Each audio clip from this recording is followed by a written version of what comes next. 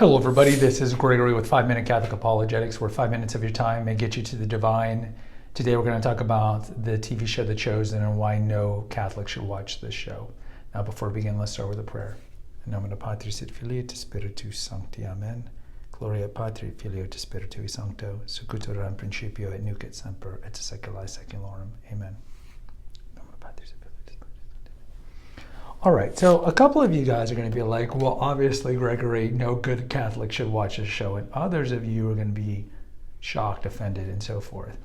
And I think some of it depends on where you are on the ideological spectrum, even though there's no such thing as a liberal Catholic. You're either a practicing Catholic or you're not a Catholic at all, but either way.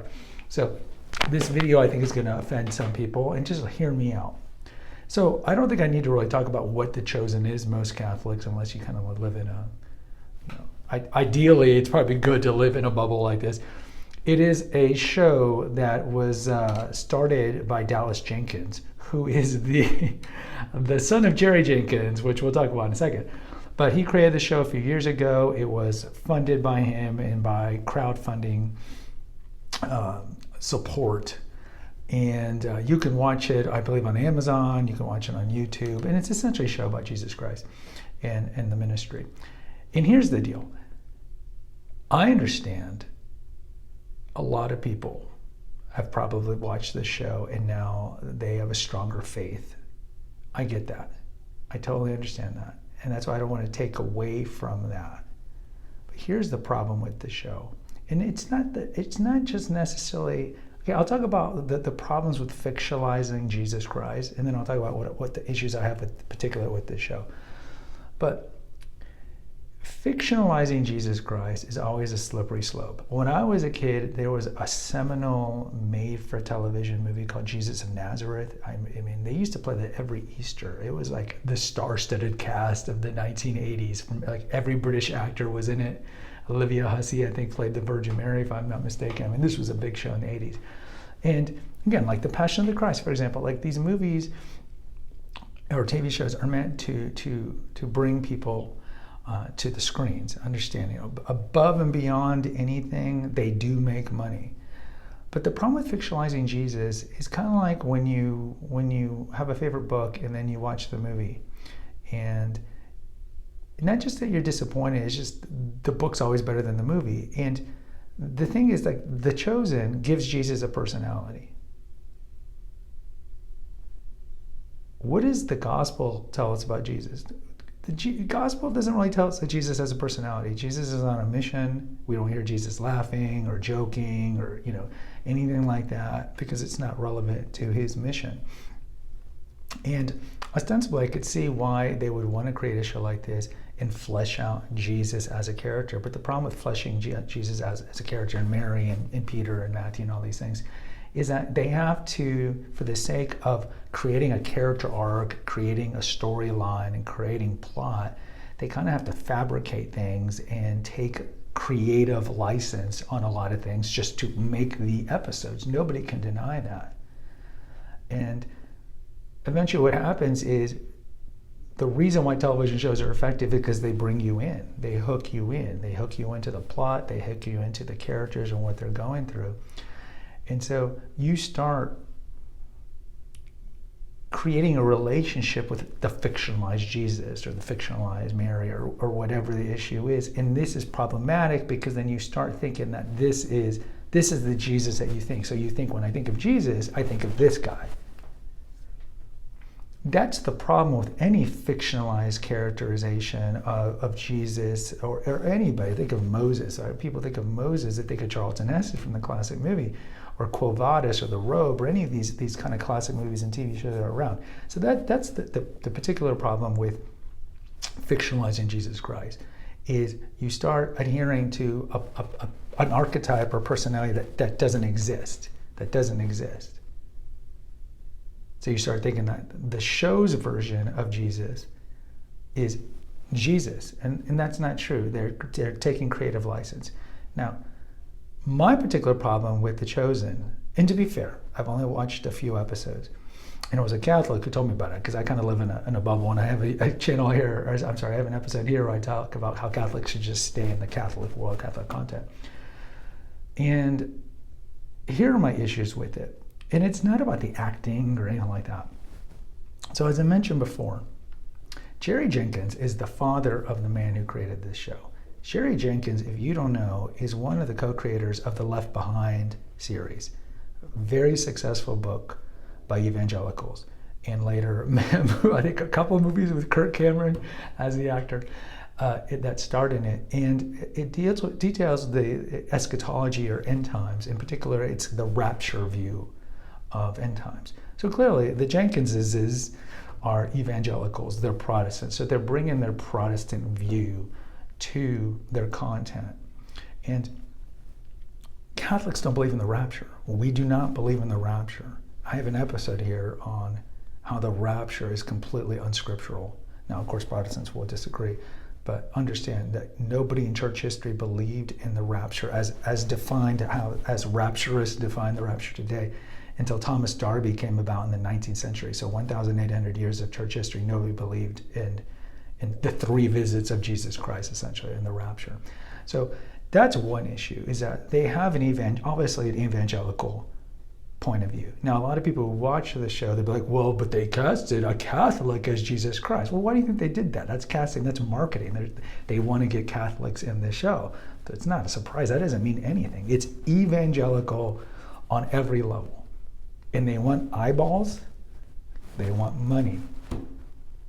Jenkins is worth 15 to 17 million, and he just started the show a couple years ago. Then that's not to say that you necessarily can't make money by evangelizing. But there is a profit motive involved. And here's my big issue, is the Jenkins are evangelical, so it's just a matter of time before they start interpolating non-Catholic or anti-Catholic stuff into the show. And so what are they doing now? They're going to depict the Virgin Mary, and they say that the Virgin Mary was a virgin when she married Joseph and had Jesus, but they're going with the classic Protestant line that Joseph and Mary had children post-Jesus, which is sacrilegious and just completely heretical from the Catholic point of view.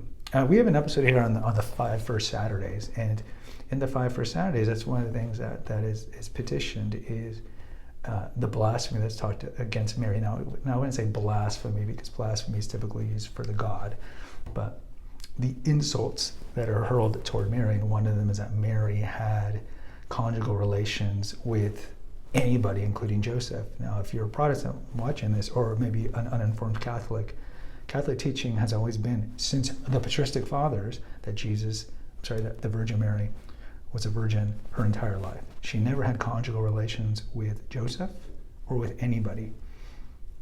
We have episodes covering this. We have episodes on the four Marian dogmas. We have an episode that refutes the idea in the gospel where it says, well, aren't these Jesus' brothers? And then they name him James and Simon and so forth, who are cross-referenced later on in the gospel as being the children of Mary, wife of Cleopas. But either way, here's the problem. So now they're going to start rolling out more of the Protestant view, and some of the Catholics who are beholden the show, if they're not well informed, and no offense, I mean, I think the traditionalist Catholics wouldn't even be watching the show, and they're strong in the faith, but the kind of the liberal modernist Catholics are probably the ones who are watching this show more, and older people as well, older Catholics. So they watch the show, and it can undermine their faith. Or it could impart their faith, because maybe they don't even know, maybe they're material heretics, and they don't know that Catholic teaching is the perpetual virginity of Mary. It's one of the pillars of the Catholic faith in terms of Marian dogma. You have to believe it to be a Catholic, the perpetual virginity of Mary. And we don't have time here to talk about what it is. We have videos here on that already. But this is the problem with the Chosen series vis-a-vis Catholics, is that there's going to be watered-down Catholics who will watch this and believe this. And so, look, I tend to be a cynic. I would say shame on the Jenkinses for doing this when, I mean, to be honest, they should know church history, and they should know the standard belief on this, and they're interpolating this in there when they don't need to. You can have a plot line without mentioning or dropping in future episodes that the Mary had children with Joseph. You don't even have to put that in there.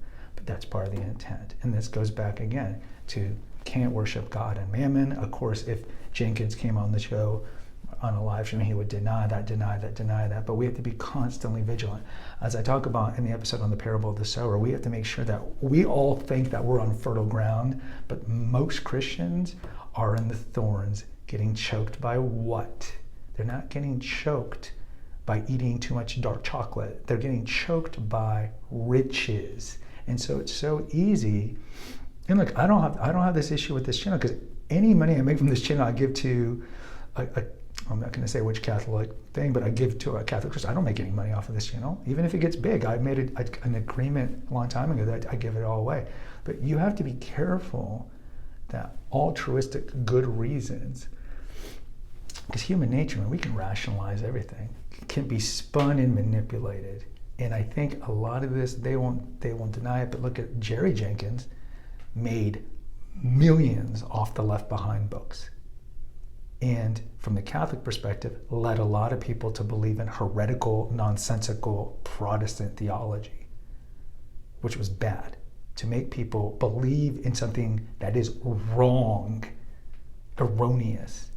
And so now his son makes a show that is lucrative and doing well, and I would say he's a false prophet, he's a false teacher. The New Testament talks about these people. He would deny that, and he's more than welcome to come on my very meager show. But just in closing, from the Catholic perspective, do not watch this television show. You might find it entertaining, and you might learn a lot. If you want to learn about Jesus Christ, read the Gospels. Okay, you don't need to be watching this show. Guys, post in the comments if you agree or disagree. Hit the notification, subscribe, and share button. Until next time, take care, God bless, and pray.